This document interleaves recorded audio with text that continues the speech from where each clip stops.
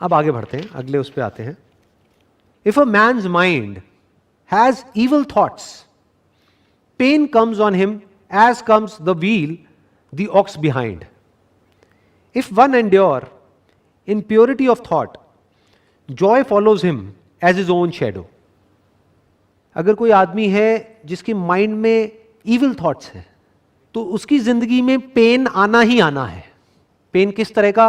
Emotional pain, psychological pen. और जिसकी life में इमोशनल पेन और साइकोलॉजिकल पेन बढ़ता चला जाता है, तो आज नहीं तो कल वो फिजिकल पेन आ ही जाता है।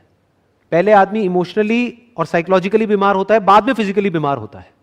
किसी को कोई बीमारी नहीं भी है, लेकिन अगर उसको वहम हो गया कि मैं बीमार हूं, तो उस वहम का कोई इलाज नहीं है किसी डॉक्टर के पास में। और वो एक्चुअल बीमारी से ज्यादा खतरनाक है, क्योंकि एक्चुअल बीमारी में तो आप दवाई लेके उसको ठीक कर सकते हो, वहम का क्या इलाज है? अभी वहम कहां से आ रहा है? Again thinking. तो pain comes on him as comes the wheel the ox behind. बिल्कुल इस तरह से जैसे एक बैलगाड़ी है, जब बैल चलता है तो पहिए अपने आप घूमने लग जाते हैं, उनको घुमाना नहीं पड़ता है। तो बिल्कुल इसी तरह से जैसे ही हमारे माइंड में नेगेटिव थॉट्स आते हैं, इविल थॉट्स आते हैं, गलत थॉट्स आते हैं, तो पेन हमारी लाइफ में आना ही आना है। या ये कह लो पेन का चक्का अपने आप घूम जाएगा, पेन की साइकिल अपने आप घूम जाएगी। Emotional pain, psychological pain, physiological pain, physical pain, वो पेन आना ही आना है, सफरिंग आनी ही आनी है। जिस तरह से बैल के चलने से पहिए अपने आप घूमने लग जाते हैं बैलगाड़ी के। आगे कहा जा रहा है, if one endure in purity of thought, मतलब हम अपनी पूरी एनर्जी, पूरा एफर्ट लगा देते हैं अपने थॉट्स को प्योर करने में, तो joy follows him as his own shadow. तो हमें और कुछ करने की जरूरत नहीं है, लाइफ में अपने आप ही मजा आने लग जाएगा, अच्छा फील होने लग जाएगा, अंदर सेटिस्फैक्शन आ जाएगी, पीस ऑफ माइंड मिल जाएगा। किस तरह से मिलेगा? जिस तरह से जब हम चल रहे होते हैं तो शैडो हमारे पीछे अपने आप आ रही होती है। तो हमें करना क्या है? सिर्फ सही डायरेक्शन में चलना है, और वो परछाई अपने आप पीछे पीछे चलेगी। वो परछाई क्या है? खुशियों की परछाई। खुशियां अपने आप ही पीछे आ जाएगी, अपने आप ही सब कुछ अच्छा लगने लग जाएगा। तो कोई भी ऐसा थॉट जो हमारे अंदर गुस्सा पैदा करता है, जेलसी पैदा करता है, लालच पैदा करता है, या हमको और एंटैंगल्ड करता है चीजों के अंदर, वो सब क्या है? Negative thoughts, evil thoughts. तो मुझे बताने की जरूरत नहीं है, इट इज अ फैक्ट कि जैसे ही ऐसा कोई थॉट हमारे अंदर आता है, उसके बाद क्या होता है? क्या पीछे पीछे पेन आता है? नहीं आता है। गुस्सा जब हम करते हैं तो उसका एंड रिजल्ट क्या होता है? हम खुद के लिए भी पेन क्रिएट करते हैं और अपने साथ वाले लोगों के लिए भी पेन क्रिएट करते हैं। और जब हम गुस्से के थ्रू एक्ट ना करके प्योरिटी ऑफ थॉट, यानी आराम से सामने वाले को समझ करके, उसको बेनिफिट ऑफ डाउट दे करके, अपने आप को उसकी जगह पे रख करके फिर समझते हैं, तो एंगर आना पॉसिबल ही नहीं है। क्योंकि ये हमारी गलतफहमी है कि वो गलत कर रहा है, या वो ऐसा क्यों कर रहा है, वो ऐसा क्यों कर रहा है। जो सच है ना, सच जो समझना है, अब ये देखना, ये जो अभी मैं बोलने वाला हूं ये सही थॉट है, पॉजिटिव थॉट नहीं, ये सही थॉट है। वो क्या है कि जो भी सामने वाला बंदा है या पर्सन है, वो जिस भी तरह से एक्ट कर रहा है, अगर बचपन से आज तक आपके साथ भी वही हुआ होता जो उसके साथ हुआ है, आपने भी वही सब फेस किया होता जो उसने फेस किया है, तो आप भी एग्जैक्टली वही कर रहे होते जो वो कर रहा है, उससे इतना सा भी अलग नहीं। जैसा अंदर उसके सॉफ्टवेयर पड़ा है वैसे ही तो एक्शंस होंगे।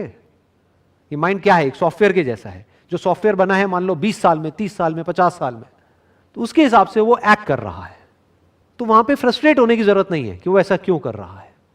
लड़ने की जरूरत भी है तो लड़ लो, कुछ सिचुएशंस ऐसी भी होती है जहां पे सेल्फ डिफेंस के लिए लड़ना होता है, but not out of anger, but out of compassion. जैसे कोई आदमी है, वो सोसाइटी में कुछ बहुत ही गलत कर रहा है, तो वहां पे गुस्सा नहीं करना है उसके ऊपर, क्योंकि हो सकता है बचपन से आज तक जैसी उसकी परवरिश हुई है, जो भी उसने देखा है, उसके साथ में सिर्फ गलत ही गलत हुआ है, तो उसको पता ही नहीं है सही होता क्या है। उसको कभी प्यार मिला ही नहीं है, तो उसको प्यार का मतलब तक नहीं पता है।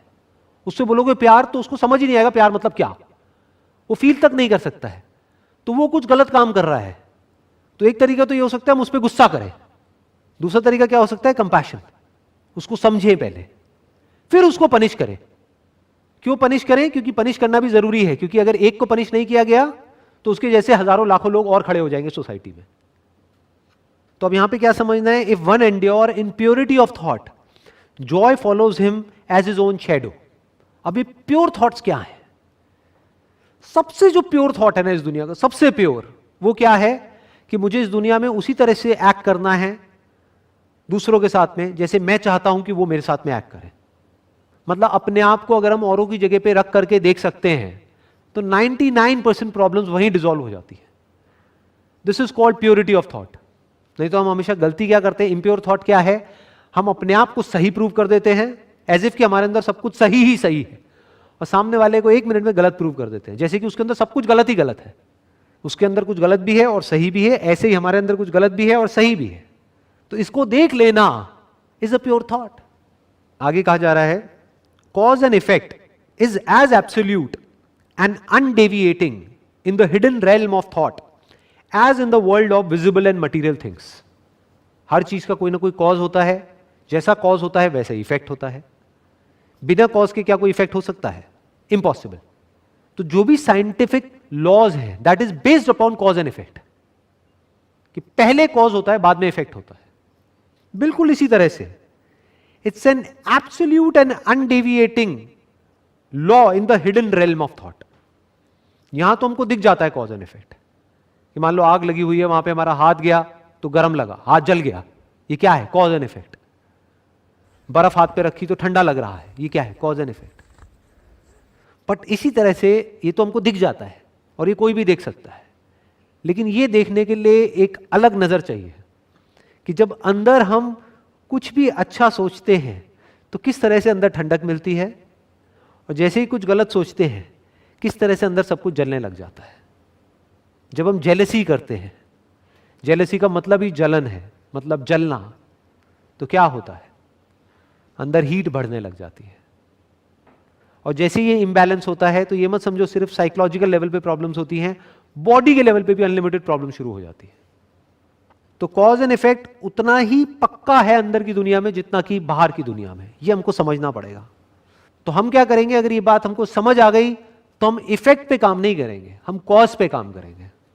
इफेक्ट क्या है? फॉर एग्जाम्पल आपके सर में बहुत दर्द रहता है, तो आपको देखना है उसका कॉज क्या है। हो सकता है cause, and there is a strong possibility, जो कॉज है वो स्ट्रेस है। तो अगर इस कॉज एंड इफेक्ट को हम अच्छे से समझ जाते हैं तो हम अब हेडेक पे काम नहीं करेंगे, यानी हेडेक की गोली नहीं खाएंगे।